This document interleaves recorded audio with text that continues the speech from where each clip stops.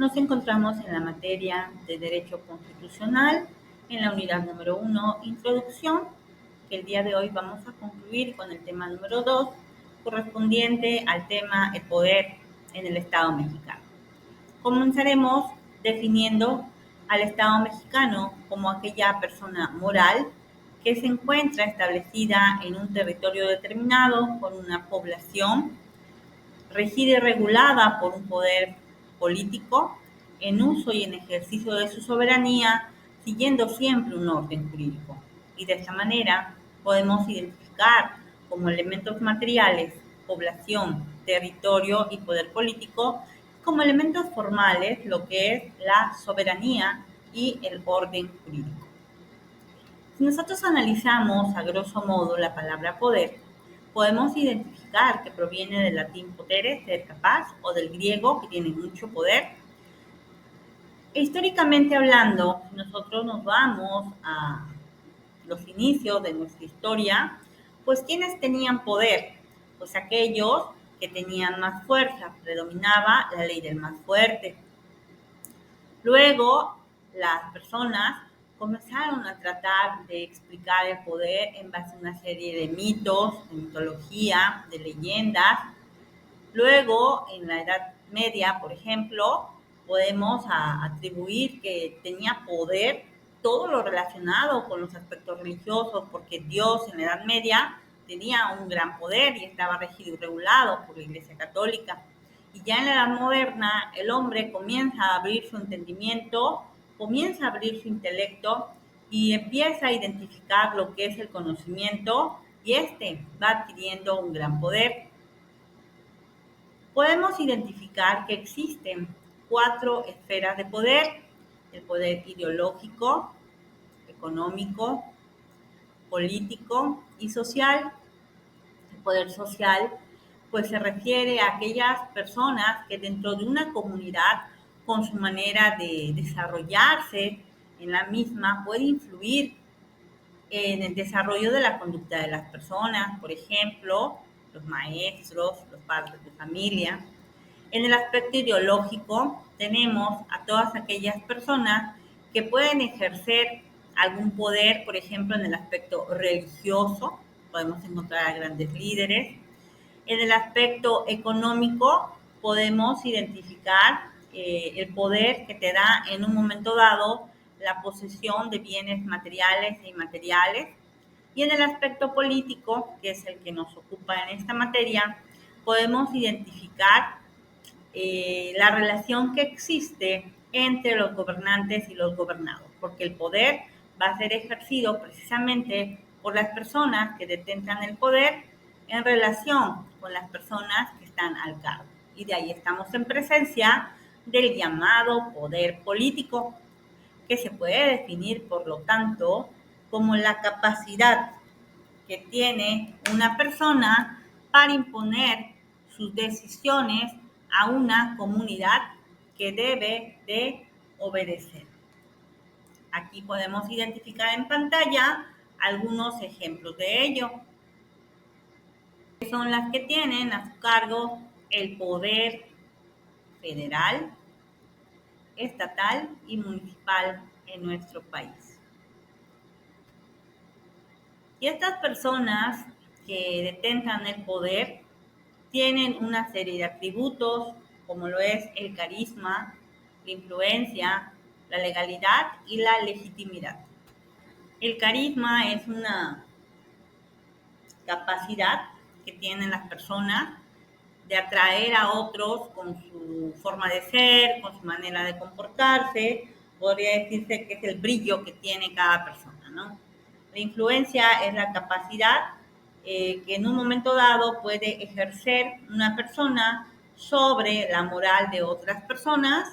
La legalidad es precisamente el poder emitir una serie de órdenes o disposiciones, teniendo siempre en cuenta una serie de reglas que rigen y regulan estas órdenes. Y la legitimidad, pues, es la existencia de que la persona que tiene el poder ha sido electa o ha sido decidida de manera voluntaria por las personas sobre las cuales se está ejerciendo ese poder. O sea, los gobernados son los que han elegido precisamente a esta persona como representante de su poder. ¿Y es importante el poder político? Sí, el poder debe de ejercerse de una manera correcta y si se hace de esta manera, vamos a estar en presencia de una sociedad justa donde se respete la dignidad en uso y en ejercicio de la democracia. Porque es el gobierno del pueblo, por el pueblo y para el pueblo.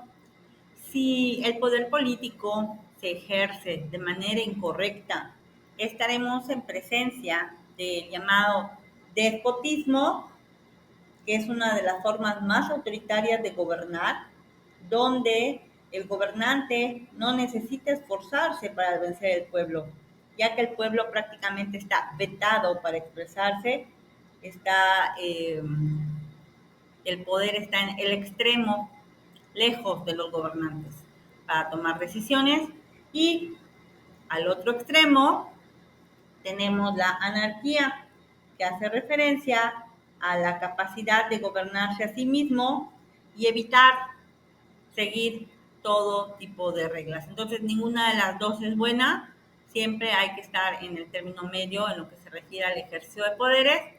En nuestro país, en México, el poder del Estado mexicano, el poder político, se divide en tres poderes, que es el ejecutivo, el legislativo y el judicial, que tienen a su cargo la administración del Estado, la creación de las leyes, la interpretación y la aplicación de las mismas. Y para tal efecto es importante el artículo 41, que dice que el pueblo ejerce su soberanía por medio de los poderes de la Unión, y el artículo 49, donde se refiere que el supremo poder de la Federación se divide para su ejercicio en legislativo, ejecutivo y judicial, acorde a sus funciones, ojito, funciones o actividades que se llevan a cabo.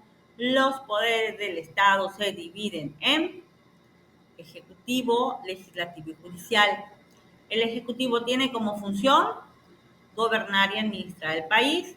Está encabezado por un presidente de la República con la ayuda de su gabinete y paraestatales.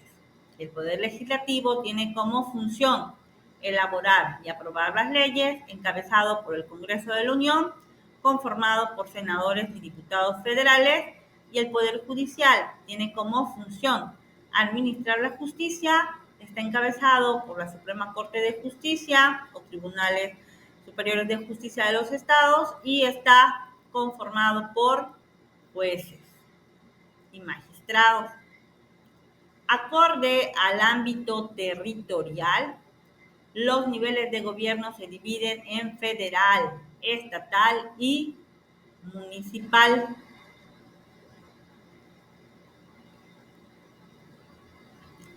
Los federales son los que tienen competencia en los 32 estados de la República.